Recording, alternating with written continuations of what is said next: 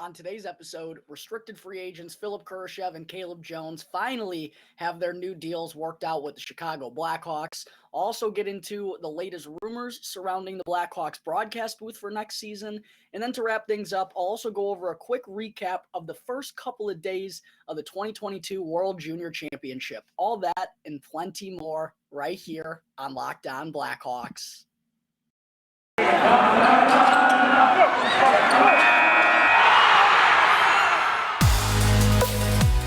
You're Locked On Blackhawks, your daily podcast on the Chicago Blackhawks.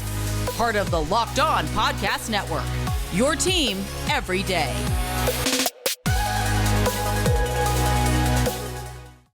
Welcome to the Locked On Blackhawks podcast, your daily podcast on the Chicago Blackhawks. Today is Friday, August 12th. I'm your host, Jack Bushman. You can find me out on Twitter at JackBushman2, or you can also go and check out my Strictly Blackhawks account at Talkin' Hockey for all the latest Blackhawks news and updates. And if you're listening to the audio version of today's episode and you like what you're hearing, then please be sure to go and show some support first by following the podcast, which will only take a quick couple of seconds. Literally, just a quick click of the button will be helping me out tremendously. Be sure to go and rate the show with 5 stars if you like what you're hearing today as well. And if you're tuning in through Apple Podcasts or through Spotify, then feel free to leave me a review. I always greatly appreciate getting some feedback from all you wonderful listeners out there. And the best part about it all is that it's 100% for free wherever you may be listening to your podcast, whether that's through Apple Podcasts, Odyssey, Spotify, etc. It's all 100% for free. And if you go and follow the show right now, then you'll be able to get the latest episode as soon as it comes out each day. And if you're not already watching the video version of today's episode and looking at this lovely old face of mine, you got to be sure to go and check out Locked On Blackhawks on YouTube, because each episode moving forward, folks, through the rest of the summer into training camp, which is actually just about a month away, believe it or not. Each episode moving forward, though, folks, is going to have a video attached to it. So if you haven't done so yet, pretty please go and subscribe to Locked On Blackhawks on YouTube. I would really appreciate all the help that I could get, folks. I'm really trying to grow this channel. The numbers have been jumping up over the past few months. I'm so thankful for all the help that you give me. But let's continue to grow this thing, because I'm really trying to keep it moving here. And the season, again, is slowly starting to creep up. So if you haven't subscribed to Locked On Blackhawks yet, please go and take the 2 seconds that it takes to do so. Also, go and smash the like button down below for me as well, and comment as to whether or not you think Patrick Sharp is the ideal replacement for Eddie Olczyk in the Blackhawks broadcast booth next season. And if you feel like it shouldn't be Sharpie, then be sure to comment down below who you think should be trying to fill Eddie Olczyk's enormous shoes as the color commentator. And last, go and turn on the push notifications, ring that bell, and that way you can get notified when the episode gets uploaded to YouTube each and every day. All right, enough of that. Good afternoon, everyone. Happy Friday. Thank you all for joining me on another episode of Locked On Blackhawks, your one-stop shop for all things Chicago Blackhawks. And thank you all for making the show your first listen here to start off your day. To open things up on the show this afternoon, I wanted to begin with the Chicago Blackhawks finally announcing the signings of restricted free agents Philipp Kurashev and Caleb Jones this morning. And going back to Blackhawks prospect development camp at Fifth Third Arena, that was darn near a month ago, three weeks or something like that.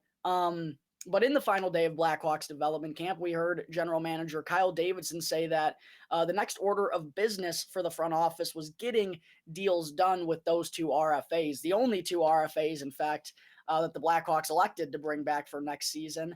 But that was the next point of business for the Blackhawks front office. Took a little bit longer than I personally expected to get these deals to work out, but RFAs are always a little complicated, even if they don't have arbitration rights.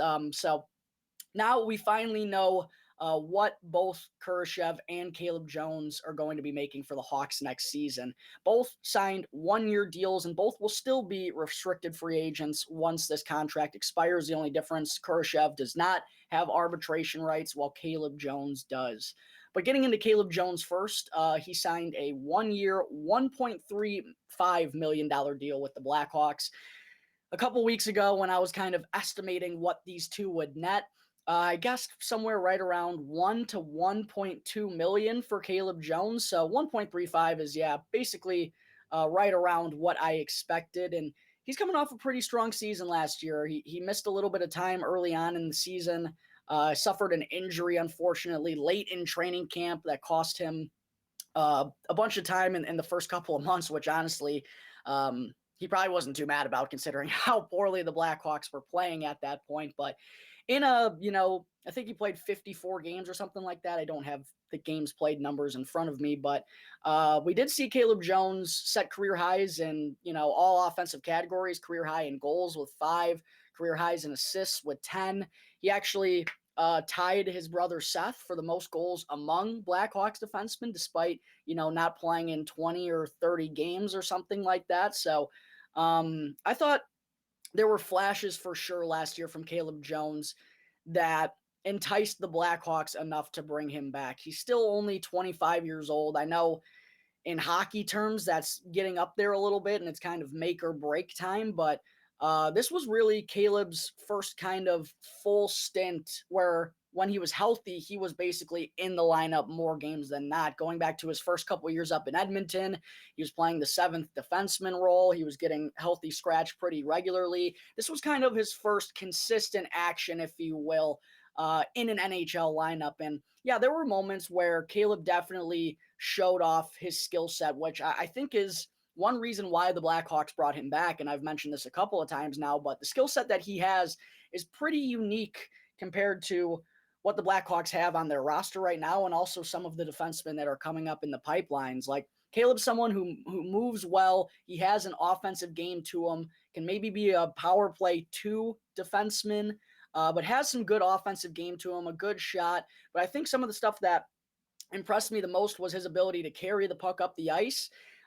Good transition player, good speed, and also going into some of his deeper analytical numbers when looking at JFresh Hockey, which for those of you out there who don't know who JFresh Hockey is or don't know about his player cards, it's something I pay $5 a month for. It gives me player cards and deeper analytical information on literally every player in the NHL for $5 a month. And going through some of Caleb Jones's numbers, there are some surprising things that I don't think even I expected, like his ability to hold down the blue line in transition, a really good shutdown blue line player, a good first passer. So there are definitely some attributes that Caleb Jones has that I'm sure entice the Blackhawks and is a little bit different than what they have in the rest of their system right now. Like, look at the defensemen the Blackhawks have drafted for the most part in the past couple of years. A lot of big bodies.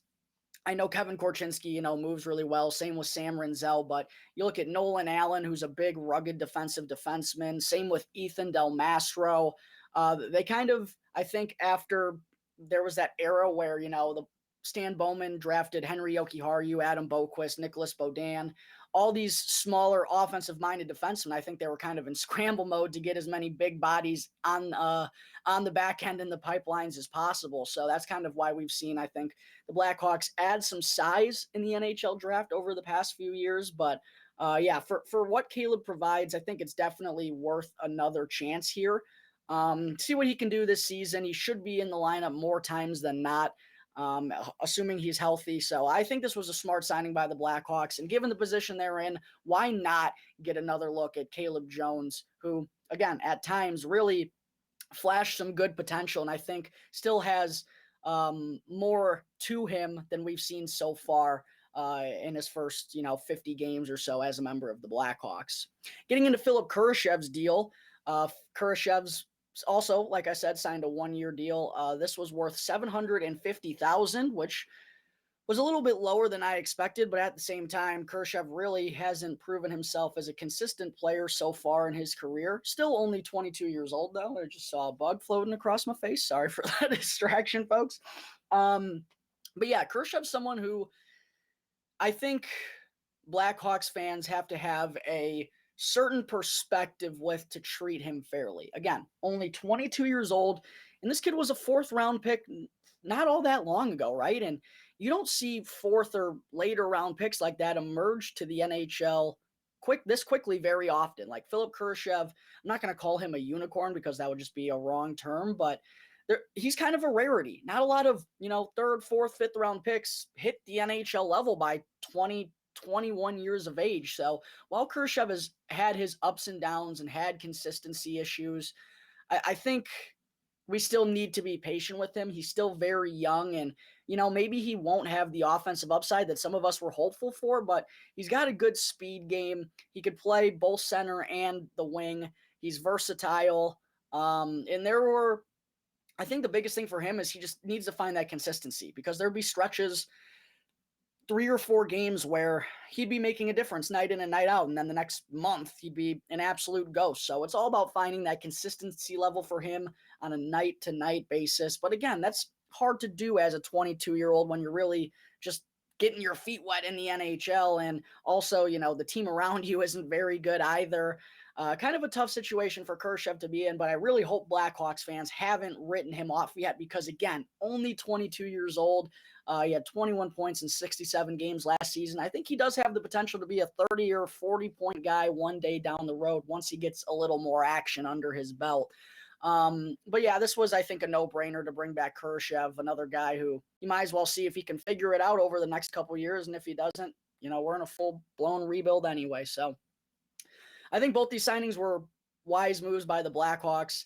No surprise that these two were brought back, but now we know both Philipp Kurashev and Caleb Jones officially have signed 1-year deals. It'll be interesting, though, to see how they fare this season and whether or not the Blackhawks decide to keep them around moving forward in this rebuild as restricted free agents next summer.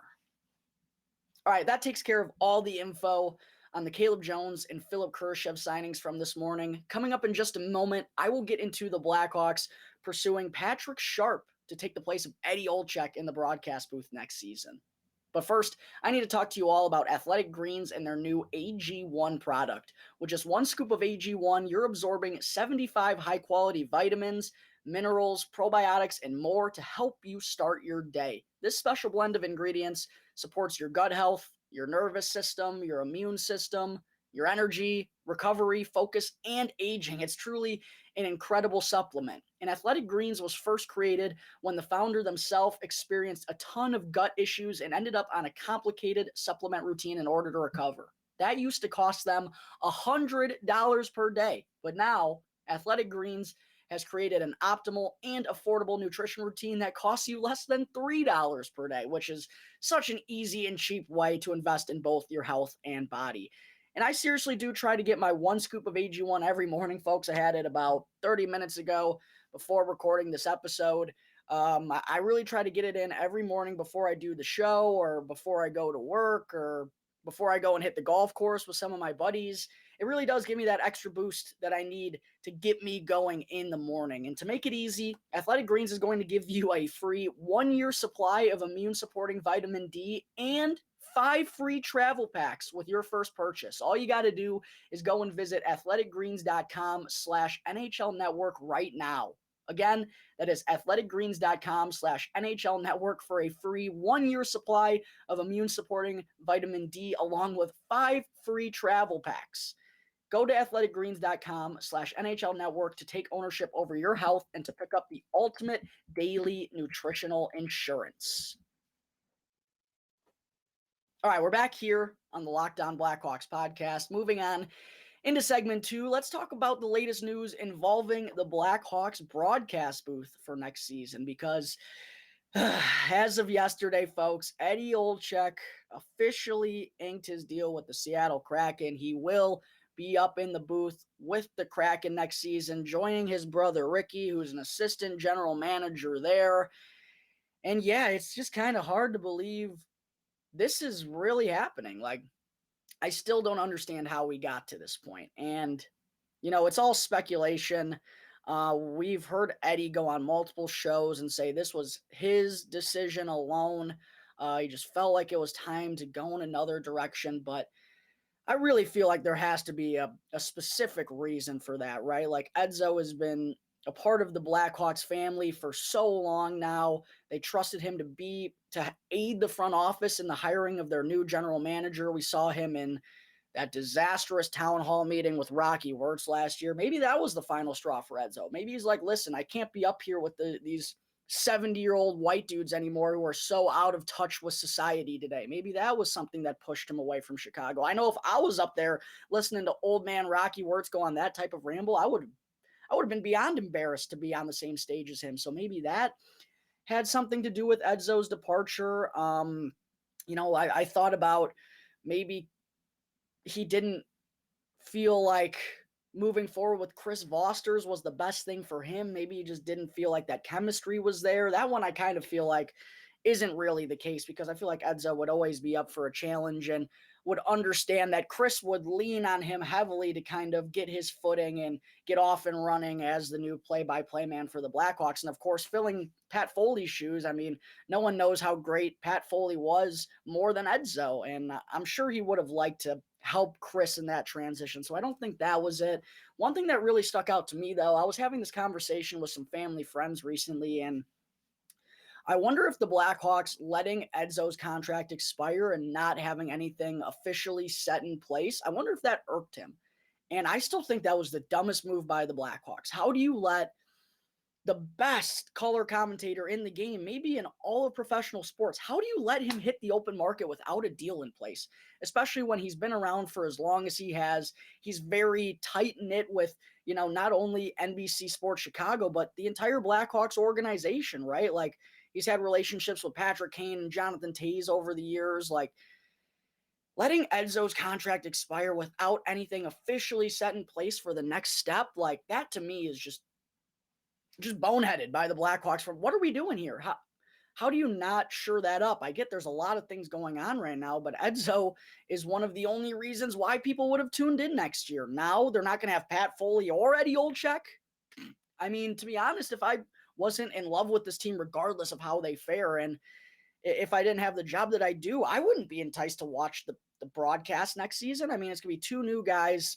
I like Chris a lot, but it's not going to be Pat and Eddie, and there are a lot of people that are going to be ticked off about that. So, yeah, I just don't understand how the Blackhawks got to this point. How do you let Eddie Olczyk hit the open market? It's like, I don't understand it. The Blackhawks should have had a bigger sense of urgency and should have never let it get to this place in the first place. Like, I just don't understand it. But, yeah, definitely sad to see Edzo has officially inked a deal with the Seattle Kraken. But one thing I wanted to mention as well here on the show, folks, is that with Eddie Olczyk now officially having departed, the Blackhawks are apparently pursuing Patrick Sharp to be his replacement in the booth for next year. And when the news first broke about Edzo not coming back to the Hawks, I personally said that Patrick Sharp would be my guy that you have to go after, right? Because he has experience up in the booth at the ice level. He knows the game really well. Obviously, a very successful player. He's also very witty, funny, and also one of the best looking humans I've actually ever seen in my entire life. Patrick Sharp got beyond blessed with the genes, but I think he's just a perfect fit, and he's familiar. Even though a lot of players have come and gone, he's still very familiar with this organization, and I just think he'd be a really good fit. He's got a very calm demeanor, and has a good sense of how to call a game and all that good stuff. What I've seen out of Sharpie in the booth, I've really liked. So I would agree. I think he's the number one candidate that you have to pursue. Although one thing that could make it a little bit difficult for Sharpie to commit to being the new color commentator for next season is that he recently moved his family out to Connecticut. And actually last year he was doing some coaching. He was working as an advisor for the Vermont Catamounts, I believe. So if his family's up in the Northeast, man, I mean, that's pretty far away from Chicago. And he just recently moved them there from what I understand. So that might make things a little difficult on Sharpie. And if that kind of strays him from taking this job, then apparently the Blackhawks would be looking at John Weidman potentially as someone who could come in. Also, Troy Murray, I've seen, is someone who the Blackhawks would have interest in. Hopefully, Troy continues to be healthy. I saw him at development camp, man, and it was just awesome to see Muzz. Really good dude. So yeah, that's where the state of the Blackhawks broadcast booth stands right now. But if I were them, I'd be doing everything I can to get Patrick Sharp or John Weidman. Those two are very good. Weidman obviously has killed it for so long on the radio. I feel like he would definitely be a good fit, but at the end of the day, none of them are Eddie Olczyk, man, and it's still kind of unbelievable to me that the Blackhawks really didn't have a deal in place to keep him around in Chicago for a long, long time. All right, there's the latest on who could be replacing Edzo up in the booth with Chris Vosters next season. Coming up in just a minute, I still have to provide some updates on the 2022 World Junior Championship. But first, I got to talk to you all about BetOnline. It's that time of the year again, folks, as baseball season has taken over for the summer, and BetOnline has way more odds and info. From game scores, totals, player performance props, to where the next fired coach is going to land or who the next fired manager is going to be, regardless of what you want to bet on, BetOnline remains the number one spot for all sports betting here in 2022. And it's not just baseball. From the NHL, boxing, UFC, golf, esports, right to your Vegas casino games. Do not wait to take advantage of all the amazing offers available for the 2022 season. BetOnline is both the fastest and the easiest way to bet on all your favorite sports and Vegas casino games. BetOnline, where the game begins. Welcome back to the Locked On Blackhawks podcast. I'm your host, Jack Bushman.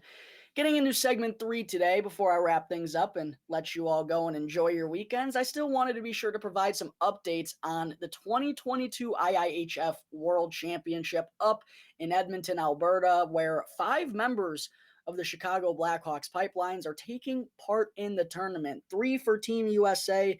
Of course, we got Wyatt Kaiser, Landon Slager, who's wearing the A on his sweater, and Dominic James, 6th round pick in the 2022 NHL draft. All 3 cracked the final 25-man roster for Team USA. Unfortunately, Blackhawks first round pick Frankie Nazar, Frank the Tank Baby, did not in the roster, but should be a shoo-in to make it for the next tournament in December. And remember, this is a makeup of the tournament that was supposed to take place back in December, and Nazar was not even close to being a part of that roster. So this isn't surprising that he didn't make it. But yeah, 3 members playing for Team USA. Ethan Del Mastro was a late addition to Team Canada due to injury. And then Victor Haranbor, I believe, former 4th round pick of the Blackhawks, is suiting up for Team Sweden. But most of the talk that I'm going to have on the World Juniors is coming from Team USA and Landon Slager, baby. 3rd round pick back in 2020, 79th overall, actually 2 picks ahead of teammate Wyatt Kaiser. Slager was 79th, Kaiser was 81st, and I'm sure he's probably let Wyatt know about that a few times, whether it was at development camp or for Team USA, just be like, hey, Blackhawks picked me first, don't forget. Like, just a little chirp that he could throw at him. But Landon Slager has been a man on a mission so far for Team USA, folks. It has been unbelievable to watch. A goal and an assist for Slags in both of his first 2 games. And he's really been an impact player all over the ice, right? Like, he's been making some great heads-up passes, has been using his body and his size well. He's very tenacious, can play a 200-foot game. I'm super excited about the future of Landon Slager. I mean, seems like this could be a very great value pick for the Blackhawks in the 3rd round. I don't know if he has top 6 upside in him, but he seems like that kind of under your skin type of player who can, kind of be slotted up and down. He can provide you with a little bit of offense. He can provide you with a little bit of nasty. He's got some size, like I said. He's responsible defensively. So he feels like a guy who, if he does, in fact, continue to progress and things go well and makes the NHL one day, feels like he could be one of those, like a Drake Caggiula type of player where, depending on what you want out of him that night, he could be on the 4th line, or if you want him to chip in a little bit more offensively and provide a hard-nosed game in front of the net, he could go up to the 2nd line. That's kind of the feel I get about Landon Slager's game so far, but I've been very impressed with him. And also, obviously, wearing the A, he's taken on a leadership role, and he's kind of been known as a leader everywhere he's been so far in his young career. So I'm really excited, folks, about Landon Slager, and hopefully he and Team USA can keep it up because they've gotten off to a pretty strong start so far here in the World Juniors. Wyatt Kaiser actually had a primary assist on Landon Slager's goal last night, a shot from the point that Slager was able to get a piece of in front of the net. For Kaiser, he's looked pretty good so far. He did get walked, although walked for a goal in the opening game against Team Germany. But for the most part, I like what I've seen out of Kaiser. He's just got great offensive instincts. when he has the puck near the blue line. Good first pass, knows how to get shots through, knows how to run a power play. Wyatt Kaiser is someone I'm very high on as well. And it seems like with each year that goes by, he just keeps progressing and developing more and more and more. And I think he's on the cusp of having a massive year with the University of Minnesota Duluth Bulldogs this season. Now that he's going to be a junior, he's already played a massive role for them as both a freshman and a sophomore, top 4 role as an 18, 19-year-old. I'm really stoked about Wyatt Kaiser and his upside because from what we've seen at a young age, it seems like he's could be a difference maker all over the ice. And then last, Dominic James. I think the biggest thing for James that I've seen out of the World Juniors is that he is just flying out there. I mean, the kid has some absolute wheels. He's drawing penalties. He's also doing a really good job at the faceoff dot. And for a 6th-round pick, I mean, I even said this at development camp before the World Juniors began, like Dominic James might be something. And I remember in the Friday scrimmage that the Blackhawks had at development camp, he was on the top line with Slaggert and Frankie Nazar. I think Dominic James was a very good pick by the Blackhawks in the 6th round. A teammate of Wyatt Kaiser's. He's going to be a sophomore this year at UMD. I think James could be something as a 6th-round pick. And when you get that late in the draft, that's really all you can ask for. The speed, though, is what I really think is the biggest difference maker for him. If he's able to keep up that pace and provide a little bit of offense, I think there's a real chance that he could be, I'm not saying he's going to be an effective NHL player one day, but for a 6th-round pick, even making it to the NHL is a pretty big accomplishment. And I would not rule that out whatsoever with Dominic James because of the pace that he's able to play at and also that he can provide an offensive game alongside it as well. All right, folks, I think that is going to wrap up Friday, August 12th episode of Locked On Blackhawks. Thank you all again for tuning into the show, and be sure to go and follow Locked On Blackhawks right now, wherever you get your podcast, and go and subscribe to Locked On Blackhawks on YouTube, and you'll be able to get the latest episode as soon as it comes out each day. And after the show, be sure to go and check out the Locked On NHL podcast for all the latest news and updates throughout the NHL offseason. It's free and available on all platforms, so you got to be sure to go and check out Locked On NHL wherever you get your podcasts. Once again, thank you all for tuning into today's episode. I'm your host, Jack Bushman. You can find me out on Twitter at JackBushman2, or you could also go and check out my Strictly Blackhawks account at Talkin' Hockey for all the latest Blackhawks news and updates. And for any questions at all regarding anything about the Blackhawks or the show, don't forget that Monday's episode is Mailbag Monday. So you can email lockdownblackhawks@gmail.com for any of your questions. You could also hit me up on any one of my Twitter accounts, or you could call 708-653-0572 to leave a voicemail. So until the next episode, thanks again for tuning into the Locked On Blackhawks podcast, part of the Locked On Podcast Network, your team every day.